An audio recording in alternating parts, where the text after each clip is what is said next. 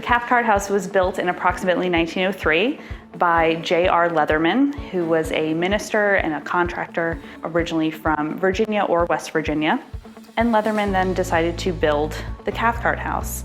So it's built in a French colonial revival style, which is notable from its verandas, the high-pitched roof, and sort of this square, symmetrical layout that it has as all part of that revival style. It was also built from something called black ironwood, which is one of the densest woods found in North America. He originally had it, according to our records, floated over from the Bahamas, and then it was hauled with buggies and mules and horses from the beach over to its current location. And then in 1910, he sold it to a businessman and a traveling salesman named William James Cathcart, who bought it as a Christmas gift, again according to our records, for his wife Grace Florence Cathcart. And according to some of the histories that we have, there were red ribbons that he put on the house to kind of signify that it was a Christmas gift, and so that's how she sort of received the house. As an archivist, I think it's something that, people get to drive by it every day and, maybe even go, wow, that's look at this fantastic architecture and this, fantastic sort of, the materials that it's made out of, and wonder maybe, how has it survived so many hurricanes, and how has it survived, over 120 years now at this point, and then start to sort of question, okay, how did we get here? And, what is the history? What is the story behind this? And so for me, it's just a very permanent example, a very permanent teaching moment, I think, for people to learn more about the history of a place and the history of its people. What that means to me, and possibly to others, is that we don't just plow over our history. We make sure that we preserve our history, as well as be able to be progressive moving into the future. That's what we're trying to do and manage here. So when we're building and moving into the future and building our future, we're making sure that we're not pushing people out and creating gentrification that happens in many other areas. We're very respectful of people in different parts of our city that have been there longer than most people have, so that are coming into the city. So we try to respect that. We do have one new development called Sundy Village that does bridge that eastern section of Atlantic Avenue to the western section of Atlantic Avenue. And we're hoping that that's going to spark additional development on that West Atlantic area.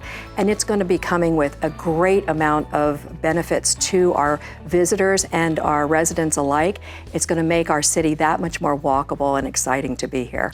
Sundy Village is a historical project that spans over a few blocks. The main block, which is under construction right over here, has office and retail, and the 6 historic homes that were relocated and will be renovated and will be part of the project. I think what we've done differently than you see in Florida, where there's a lot of new construction, we've really embraced the historical nature of this project. So for the past about 4 years, the Delray Beach Historical Society has been working with Pebb Capital and is really supportive of how they have restored and protected these structures, including the Cathcart House. When we took a step back after speaking with members of the community and the historical styles of the historic structures that are currently on the site, including Cathcart, which is a French colonial style. We really took a step back and studied how to incorporate that,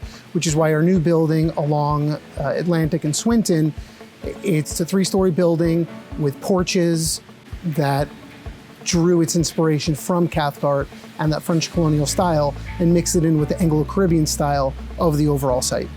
It's a fascinating example of adaptive reuse of historic structures, and so it looks at how we are able to preserve and protect and tell the stories of Delray and of Delray's early pioneers. And so the house does have, it's had many lives and it's told many stories, and the great thing is, with Pebb Capital's help in restoring and really reusing and protecting this house, it's able to tell even more stories. We spent hours going through the archives.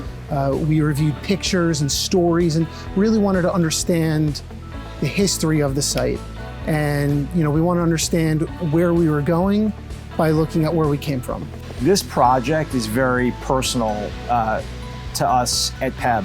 Not only do we live in the community, and this is where we come with our friends and our family, We are also moving our headquarter office from Boca here to the project. So this one is, we do projects all throughout the country, but this one here is in our backyard. And I think we really want to do, the community proud. The importance of preserving culture here in Delray Beach is of paramount importance. It is how we bridge our past to the future. We want to make sure that people who are coming to our town to live here, those that have been here forever, can actually recognize this place. It gives us the charm and the uniqueness that is the flavor of Delray Beach.